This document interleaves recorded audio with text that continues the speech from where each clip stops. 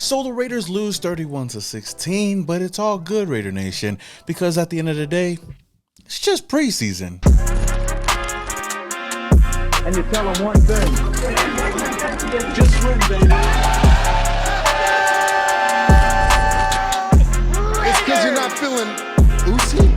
What is going on, Raider Nation? It's your boy Samori back at it again with another recap video after yesterday's Raiders versus Cowboys game, preseason week 3. And now the preseason has finally come and gone, and we are getting ready for the 53-man roster cuts that is going to be going down on Tuesday. A lot of guys are going to be losing their jobs, and a lot of other guys are going to be gaining jobs, going on multiple teams' practice squad. But this game right here was a really important game for most players on the roster because it basically gauged whether or not you were going to make the team. Now, as I said before, the Raiders lost this game 31-16, and we do not go undefeated in the preseason. Now, I know a lot of people have been saying that, last year we went undefeated in the preseason and we didn't do good during the season. We're doing the same exact thing this year. Well, we lost this game. Maybe it's going to be a whole different type of year. But am I worried about this team even though we lost and got smacked around by the Dallas Cowgirls? No. Not really, because again, like I said, it's just preseason. Now, I know I have been joking a lot with all these other fans, the Rams fans, even the Niner fans out there. But at the end of the day, I just like fucking with those guys. But going into this game, I was just keeping my eyes on a couple of players out there that I was excited to see. One guy that a lot of the Raider Nation was definitely looking out for in this game was none other than our first-round pick, Tyree Wilson, who made his debut in yesterday's game against the Cowgirls. And how did he do? Well, I felt like he did a solid job. Now, I know there's a lot of criticism going around of Tyree Wilson, but you guys got to understand that Tyree has not played football or even suited up for quite a long time. But to see him finally suit up for the silver and black, I was like, ooh, man, he does look good in that silver and black. I mean, anybody does, right? But from what I've seen out there, the strength is there, man. The power is there. That bull rush was crazy out there. I mean, he bull rushed, I think the Cowboys right tackle almost got a sack on Will Greer. Wasn't able to get the sack, which kind of sucked because Will Greer ended up, I think, running for a first down, I believe so. But he was still able to cause some pressure. Now, the only kind of criticism I would have against Tyree is the fact that he looked a little bit slow coming off the ball. Is that a big deal? No, I'm not worried about that. Like I said, he's slowly working his way back into the game, and going into the season, I don't think the Raiders are going to just plug and play him right away. He's still going to develop, especially having guys like Max Crosby and Chandler Jones take the load off of him. I believe that Tyree's going to be okay for his rookie season. So for everybody out there that's really worried about Tyree right now, chill. Just chill, man. Everything's going to be okay moving forward. Now, Tyree was asked about how he felt about today's game, and this is what he had to say. I mean, it felt good. I just had to trust the process. I was eager to get on the field, right away. But, I trust the trainers and trust the coaches, the personnel department to have the right plan to get me back on the field at the right time. And I feel like coming back to Texas was the right time to get on the field. I'm a competitor, so, it was frustrating. But, they were in my ear every day. Trust the process. I just had to believe in the process and know that they were doing the right thing, what was best for my health. Even our head coach, Josh McDaniels, had something to say about our first-round pick. We've kind of had this plan in place all along, and, the medical people have given us a very good direction and a guideline of what to do and when to do it, and we're just trying to kind of follow through with that. And today was another step in the right direction. Get him out there in a game field. He had padded practices this week, and so, thought he showed up a little bit. I'll have to see the film just to, know exactly how it went and all the rest of it, but just another positive step in the right direction. Now, before we dive deep into this game, one thing that I seen before the game that was kind of interesting was seeing Tom Brady in the building with Mark Davis. I believe that Tom Brady is a part owner, or trying to be a part owner of the Raiders, which is still surreal to hear, to hear that Tom Brady's part of the Raiders in any way is kind of crazy. But nonetheless, he was out there with our boy Marky Mark, and NFL even posted a video clip of, Tom Brady basically telling our quarterbacks to go and ruin the Cowboys' night. Ruin their night. Right. You look good if you walk out with those 4 guys. That's right. I guess at the end of the day, the Cowboys were the ones that ruined our night. You know what I mean? I don't know what it is, but I feel like just having Tom Brady out there kind of ruined everything for us. You know what I mean? It felt a little bit different out there. Our Raiders didn't look like the Raiders. Maybe Tom Brady needs to stay his ass away from our team, because I don't want to look like this during the season. But again, like I said, it's just preseason, so I'm not going to take that too much to the heart. So getting into this game, let's talk about the offense first and foremost. News came out that offensive coordinator Mike Lombardi was going to be taking over play calling for this game, and you could could definitely tell the difference with our offense out there. It just didn't seem like anything clicked out there for us. Our star preseason quarterback, the Aiden O'Connell, man, didn't really have the type of game that I thought he would have had. You know, he'd been lighting it up for the first 2 preseason games, and in this game, he only went 17 for 26 for 178 yards with an 85.1 quarterback rating. Not really his best showing, and I would say that he agrees with that as well. Just a frustrating night. I think we got off to a slow start with the first 3 and out, and then didn't score touchdowns. So when you kick a lot of field goals, it's just, you know, frustrating. You got to put in the end zone, especially when their offense is playing well. So just kind of a frustrating night. Definitely left a few plays out there personally, so just frustrating.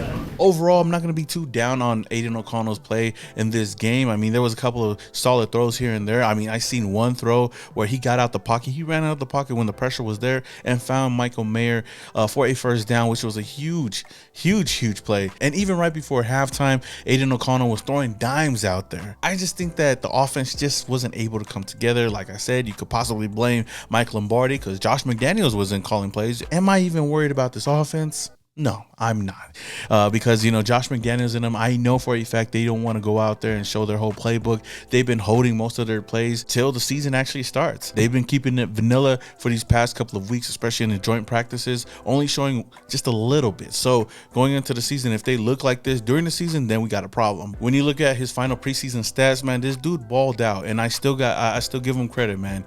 AOC is still the man to be, you know what I mean? In his first 3 games, Aiden has went 41 for 58 for 462 yards, 3 touchdowns, no interceptions, and has led 6 touchdown drives, man. Again, shout out to Aiden O'Connell. I still think that he has a bright future even after this showing. Now, one guy who had a really successful day as an offensive coordinator is Dak Prescott. He called the offensive plays for the Cowboys against us in this game, and might I say, man, he seems like he's a much better offensive coordinator than he is a quarterback, because this dude called 71 plays for a total of 457 yards, 304 passing yards, 153 rushing yards, 6.4 yards per play, 28 first downs, 8 for 14 on third downs, 3 for 3 on fourth downs, 0 interceptions, 0 punts, and 35 minutes of possession on offense.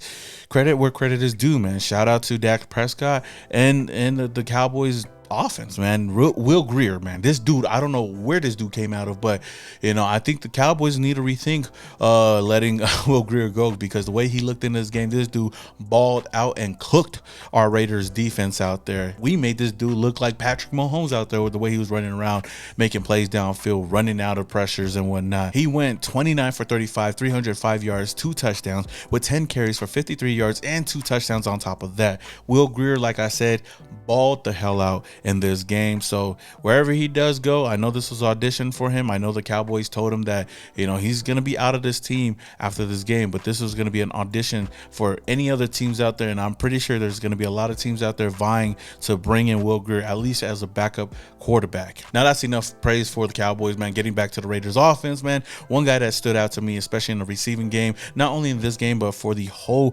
preseason, has been Christian Wilkerson, man. But specifically in today's game, this dude balled out against the Cowboys and has been, I think, you know, Aiden O'Connell's #1 weapon out there. He had 10 receptions for 122 yards in this game, and he's a guy that I feel like is going to be fighting for a 53-man roster spot. I know the wide receiver room right now is pretty packed right now, but he's going to be going up against guys like Cam Sims, Philip Dorsett, and even Keelan Cole to make that final wide receiver spot. And I feel like he's made his case. If I had to choose out of these guys or, you know, Christian Wilkerson, I'd probably be leaning towards Wilkerson. But with that being said, I would say that Wilkerson was the MVP of this game. So it's going to be interesting once Tuesday does come and see where he ends up, because I feel like if anything, he will be a part of the practice squad for sure. Now, another guy that also balled out on the offensive side of the ball that really stood out to me was veteran running back Damian Williams. Now, the running back room has not really stood out to me at all, like throughout the whole preseason. You know, like I said before, Zamir White,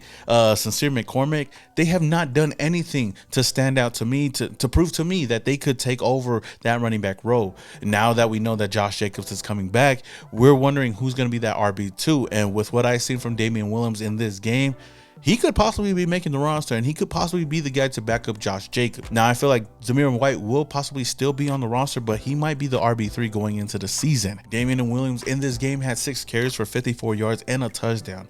But those 54 yards looked impressive out there. He was gaining a lot of yards out there, and the division that he had running behind this offensive line, I feel like he deserves a spot on the roster. But that's just me, Raider Nation. What do you guys think about this? What do you think about Zamir White, Sincere McCormick, even Damian Williams? Who do you think should make the roster and be that RB2? Let me know down in the comments below. And since we're on the subject of running backs, man, I got to give a huge shout out to the Raiders and a huge congratulations to Josh Jacobs, because we finally got Josh Jacobs back in the silver and black, and we don't have to worry about who we're going to start, whether it was Zamir White, Sincere McCormick, or even Damian Williams.